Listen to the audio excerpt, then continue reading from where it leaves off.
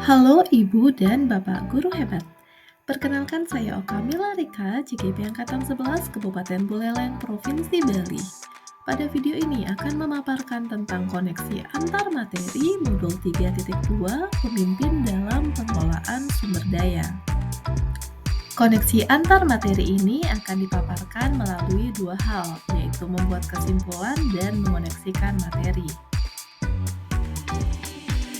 Pemaparan yang pertama adalah kesimpulan tentang apa yang dimaksud dengan pemimpin pembelajaran dalam pengelolaan sumber daya dan bagaimana Anda bisa mengimplementasikannya di dalam kelas, sekolah, dan masyarakat sekitar sekolah. Sekolah adalah suatu ekosistem di mana komponen-komponennya saling berinteraksi satu sama lainnya sehingga mampu menciptakan hubungan yang selaras dan harmonis. Pemimpin pembelajaran dalam mengelola sumber daya adalah seorang guru yang mampu memetakan aset atau modal yang dimiliki untuk dapat dimanfaatkan secara optimal dalam mendukung proses pembelajaran. Hal lain yang harus dimiliki adalah menggunakan pendekatan berbasis aset. Asset-based community development yang selanjutnya kita sebut dengan pengembangan komunitas berbasis aset menekankan dan mendorong komunitas untuk dapat memberdayakan aset yang dimilikinya, serta membangun keterkaitan dari aset-aset tersebut agar menjadi lebih berdaya guna. Pengimplementasian pemimpin pembelajaran dalam pengelolaan sumber daya di dalam kelas, sekolah, dan masyarakat sekitar sekolah. Dalam pengimplementasian dimulai dari pendataan aset yang ada berdasarkan 7 aset atau modal utama, yaitu modal manusia, modal sosial, modal politik, modal agama dan budaya, modal fisik, modal lingkungan atau alam, dan modal finansial. Setelah seluruh aset sudah dipetakan, maka dilakukan pengelolaan dengan mengoptimalkan sumber daya sesuai kebutuhan. Di dalam kelas, pengoptimalan sumber daya yang ada, ruang kelas, laboratorium, lapangan, kebun, kerjasama dengan pihak luar, dan mengoptimalkan sumber daya finansial untuk memberikan pengalaman belajar.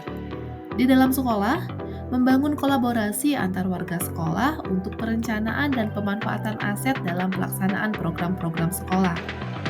Dalam masyarakat, mempraktikkan dialog berkelanjutan dan partisipasi anggota masyarakat untuk aktif dan berpartisipasi dalam pelaksanaan kegiatan sekolah.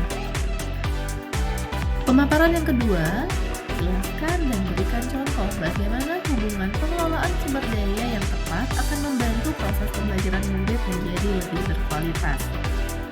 Sumber daya yang dipetakan dan dikelola serta dimanfaatkan dengan baik tentu dapat mengoptimalkan proses pembelajaran. Pemimpin pembelajaran harus menggunakan pendekatan berbasis aset atau kekuatan dalam perencanaan pembelajaran. Memetakan aset yang bisa dimanfaatkan untuk menunjang pembelajaran serta berkolaborasi dengan rekan guru ataupun pihak-pihak terkait. Dengan memanfaatkan aset yang optimal, maka pengalaman belajar yang diperoleh siswa akan dapat mengembangkan minat bakatnya. Contoh pengelolaan sumber daya yang tepat akan membantu proses pembelajaran murid menjadi lebih berkualitas. Yang pertama, guru bisa membuat perencanaan pembelajaran berdasarkan pada TP, misalnya materi tentang pencemaran lingkungan. Kemudian, guru memetakan aset yang ada seperti lingkungan belajar luar kelas untuk menentukan jenis-jenis polutan dan melakukan pelestarian lingkungan. Guru berkolaborasi bersama dengan MGMP, memanfaatkan modal sosial untuk menyusun strategi atau model pembelajaran yang inovatif dengan memanfaatkan modal alam atau lingkungan sebagai sumber belajar. Selanjutnya, dengan perencanaan pembelajaran yang berpusat pada murid, memberikan kesempatan untuk dapat meningkatkan kompetensi pengetahuan dan keterampilan, serta mengembangkan berbagai karakter seperti mandiri, kreatif, dan kolaboratif. Pemaparan yang ketiga adalah beberapa contoh bagaimana materi ini juga berhubungan dengan modul lainnya yang Anda dapatkan sebelumnya selama mengikuti pendidikan guru penggerak. Modul 3.2 ini berkaitan erat dengan modul-modul sebelumnya. Konsep pengelolaan sumber daya dengan pendekatan berbasis aset ini juga digunakan sebagai dasar paradigma inquiry apresiatif terkait dengan perumusan visi dan prakarsa perubahan di modul 1.3. Dalam melakukan prakarsa perubahan dilakukan dengan tahapan bagja yang diawali dengan pemetaan aset-aset yang mendukung program yang akan direncanakan. Untuk mencapai tujuan pembelajaran atau visi sekolah atau prakarsa perubahan secara optimal, tentu tidak bisa dilakukan sendiri. Maka diperlukan kerjasama dan praktik coaching yang dipelajari di modul 2.3 untuk dapat memberdayakan sumber daya manusia secara optimal. Dalam prosesnya, pemimpin pembelajaran berlandaskan pada filosofi pendidikan Ki Hajar Dewantara di modul 1.1 serta menerapkan nilai dan peran guru penggerak di modul 1.2, diharapkan dapat menuntun peserta didik sesuai kodratnya serta menciptakan budaya positif di sekolah yang kita pelajari di modul 1.4. Pengoptimalan aset didukung pengambilan keputusan berlandaskan nilai-nilai kebajikan universal di modul 3.1 akan membantu siswa belajar sesuai dengan kebutuhannya. Ini kita ketahui di modul 2.1. Sekaligus dapat mengembangkan KSE di modul 2.2 dalam proses belajarnya. Berikut adalah contoh bagaimana materi pada modul ini berhubungan dengan modul lainnya. Yang pertama, memetakan aset yang dimiliki. Sebagai contoh, modal manusia, guru dan peserta didik, modal fisik, bangunan dan infrastruktur, dan aset sosial yaitu MGMP. Dengan prakarsa perubahan melalui tahapan bagja, menyusun pembelajaran dengan dasar aset yang dimiliki.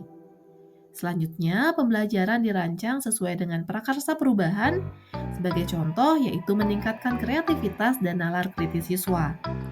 Dengan memanfaatkan aset yaitu siswa yang dekat dengan teknologi dan memiliki akses atau sarana yang memadai, laboratorium, dan dengan kolaborasi MGMP, maka pembelajaran dapat dilakukan untuk memenuhi kebutuhan belajar siswa sesuai dengan minat bakatnya. Selanjutnya, untuk memberdayakan modal manusia atau guru, dilakukan teknik coaching sehingga pembelajaran dapat terus meningkat ke arah yang lebih baik. Pemaparan yang keempat, ceritakan hubungan sebelum dan sesudah mengikuti modul ini serta pemikiran apa yang berubah setelah mengikuti proses pembelajaran di modul ini. Sebelum mempelajari modul 3.2, saya belum memahami konsep berpikir berbasis aset. Seringkali saya menjadikan masalah sebagai topik pembahasan yang utama.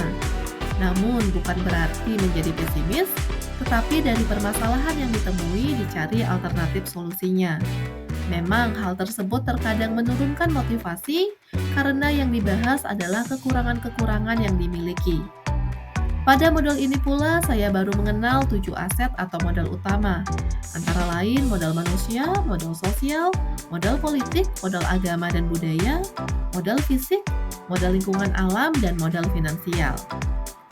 Pemikiran yang sudah berubah di diri saya setelah mempelajari modul ini adalah menggunakan pendekatan berbasis masalah atau kekurangan, membuat kita hanya fokus pada hal-hal yang belum dimiliki.